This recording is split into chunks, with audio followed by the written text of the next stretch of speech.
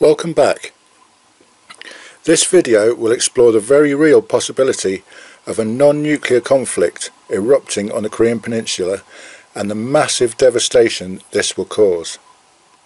Despite all the focus being on a nuclear exchange, a conventional war could also spread across the region and escalate dramatically, drawing in other world powers. So let's first look at the military strengths of North Korea.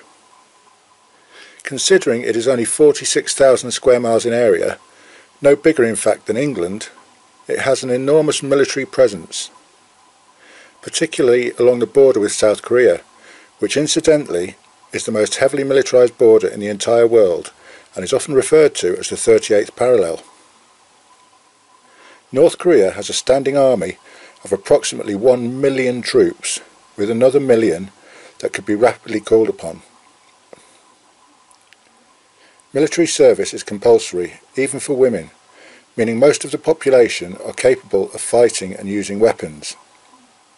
They have over 3,000 tanks, over 20,000 artillery and rockets, over 70 submarines, over 400 surface ships, and over 500 combat-ready aircraft. Impressive numbers, but the fact is that most of these are very old and not in the best condition, and certainly on paper are no match for South Korea's extremely modern weapons, let alone those belonging to the US forces around the region. However, it is not actually that simple. Take the following scenario.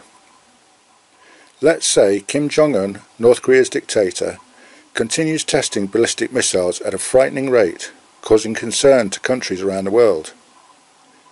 America and South Korea continue to build up forces in the area as a show of force.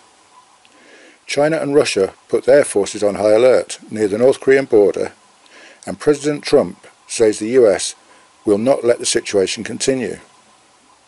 Pretty much what is going on right now, in fact.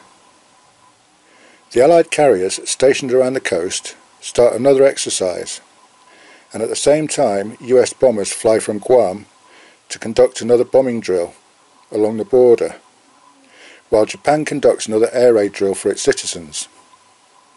Also, South Korean and US troops begin training together along the border. Kim Jong-un sees all this and thinks there is a move against his regime. Given the fact that America has a history of trying to remove the leaders of a rogue state with a quick strike, this is a fair assumption. Before this can happen, Kim launches a surprise attack. Artillery in the mountains near the border would undoubtedly target Seoul, with 10,000 artillery guns of varying size, as well as rockets blotting out the skies and overwhelming South Korea's defences that would just be unable to keep up. Many of these would of course be stopped, but there would undoubtedly be plenty that get through.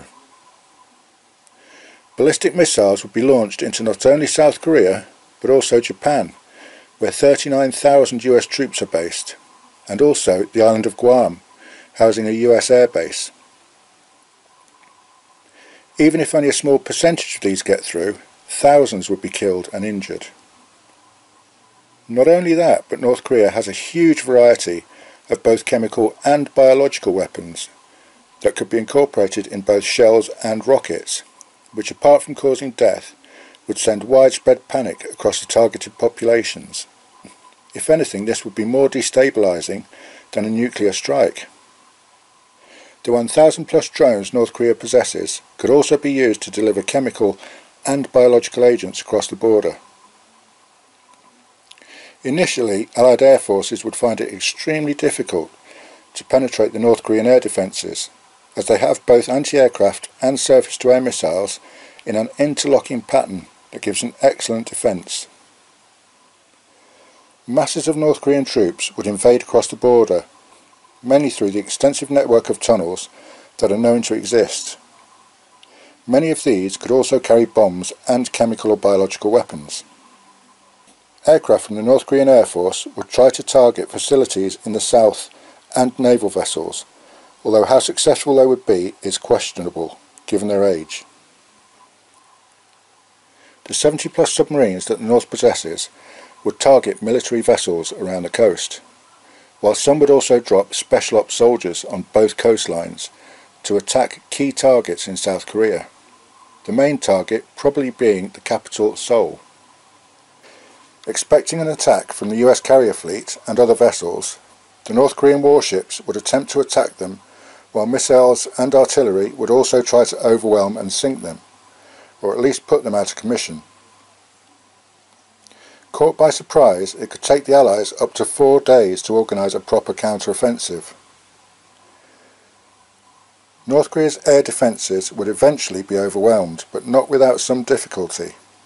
Static artillery and launch sites would be hit, but North Korea has a massive underground tunnel complex that allows the covert manoeuvring of mobile missile launchers, making them very difficult to pinpoint.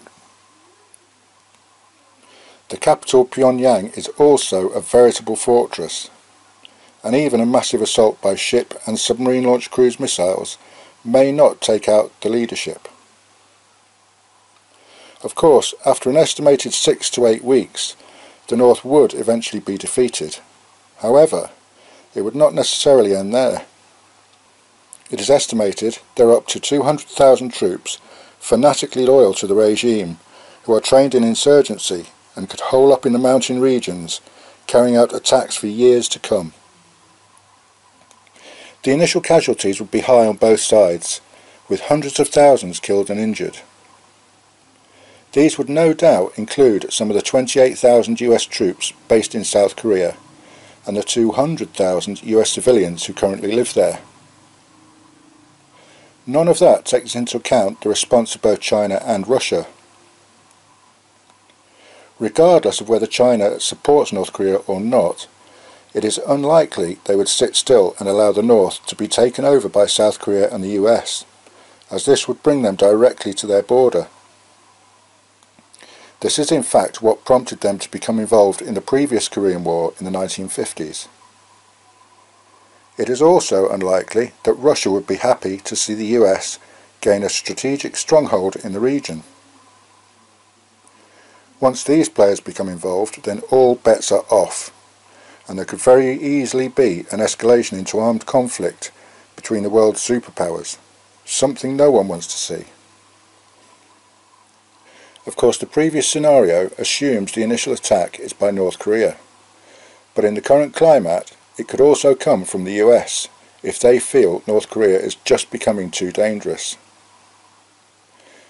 It is without doubt a highly volatile situation, and with people as unpredictable as Kim Jong-un and President Trump, anything could happen, including an escalation into that most terrible of scenarios, a nuclear war. We will be keeping an eye on the ongoing tensions in the region and reporting on any new developments, so please hit subscribe for further updates. The world is watching, so be kind to each other.